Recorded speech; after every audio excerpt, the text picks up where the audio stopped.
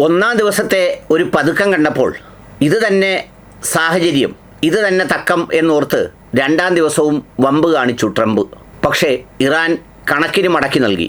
Jordan airbase അടക്കം 7 എയർബേസുകളും അതോടൊപ്പം തന്നെ ബഹ്റൈനിലെ 5th ഫ്ലീറ്റിൻ്റെ സെൻട്രൽ കമാൻഡൻ്റ് ഓഫീസും അടക്കമുള്ള സ്ഥലങ്ങളിലൊക്കെ കടന്നാക്രമണം നടത്തി എന്ന് മാത്രമല്ല, ഹോർമിസ് പൂർണ്ണമായും അടയ്ക്കുകയും ചെയ്തു. അതുവഴി ഇനി ഒരു കപ്പൽ യാത്രയും സാധ്യമാകാത്ത വിധം. ലോകം ആശ്വാസം കൊണ്ടിരിക്കുമ്പോഴാണ് ട്രംപിൻ്റെ വീണ്ടുമുള്ള അന്യായമായ കടന്നാക്രമണം. അതോടുകൂടി എണ്ണവില വീണ്ടും കുതിച്ചു കയറി. ഇറാനാണെങ്കിൽ വ്യോമപാത അടച്ചു. GCC രാജ്യങ്ങളിലാകെ ആശങ്കയായി. ഒരു സാമൂഹ്യ വിരുദ്ധനും ലോക ഫ്രോഡുമായ ഒരാളിൻ്റെ പ്രവൃത്തി കൊണ്ട്, ലോകഭീകരതയിലെ അടയാളമായി മാറുന്ന പ്രവർത്തനങ്ങൾ കൊണ്ട് ഇന്ന് ലോകം മുഴുവൻ അനുഭവിക്കുകയാണ്. കൂട്ടത്തിൽ നമ്മുടെ ഒരു ചരക്ക് കപ്പലിനെയും അമേരിക്ക ആക്രമിച്ചു. ഏതായാലും അതിൽ പ്രതിഷേധമറിയിക്കാൻ സ്ഥാനപതിയെ ഇന്ത്യ വിളിച്ചു വരുത്തി എന്ന വാർത്തയും വന്നിട്ടുണ്ട്. ലോക സമാധാനത്തിന് വലിയ ഭീഷണിയാവുകയാണ് ട്രംപ് എന്ന ഒറ്റയൊരുത്തൻ. അതാണ് ഇന്നത്തെ ഒരു സ്ഥിതിവിശേഷം. ഇറാനുമായി മധ്യസ്ഥ ചർച്ചയും സമാധാന കരാറും പുരോഗമിക്കുന്നെന്നും ചർച്ചകൾ നടക്കുകയാണെന്നും ദിവസങ്ങൾക്കകം തീർപ്പാകുമെന്നും ഇസ്രയേൽ സമ്മതിച്ചില്ലെങ്കിലും ഞങ്ങൾ കരാറുമായി മുന്നോട്ട് പോകുമെന്നൊക്കെ JD വാൻസ് അടക്കമുള്ളവർ പറഞ്ഞ് മണിക്കൂറുകളെ ആയുള്ളൂ.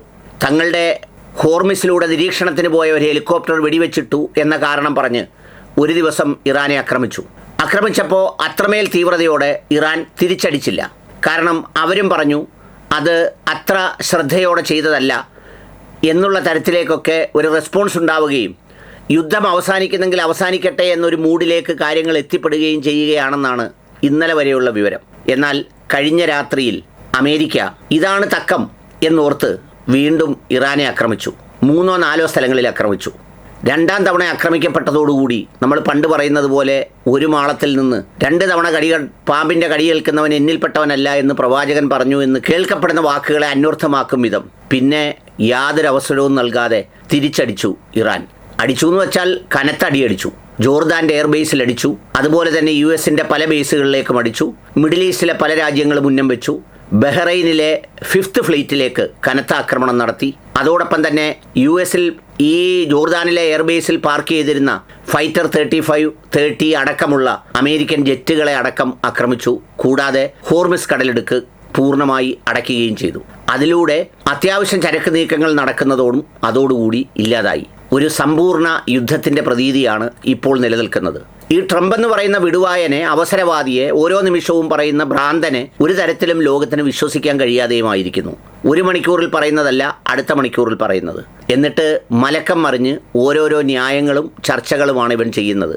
ഇത്ര മതോന്മത്തനായ, ബോധം നഷ്ടപ്പെട്ട ഒരു ലോകഭീകരനെ കൊണ്ട് ലോകം മുഴുവൻ അനുഭവിക്കേണ്ടി വരുന്നു എന്നുള്ളതാണ് സ്ഥിതി. ഇപ്പോൾ കുവൈറ്റിൻ്റെ വ്യോമപാത സമ്പൂർണ്ണമായി അടച്ചു. അതോടൊപ്പം തന്നെ മറ്റു പല രാജ്യങ്ങളുടെയും സ്ഥിതിഗതികളും അതുപോലെ തന്നെ ജാഗ്രതയോടെയാണ്.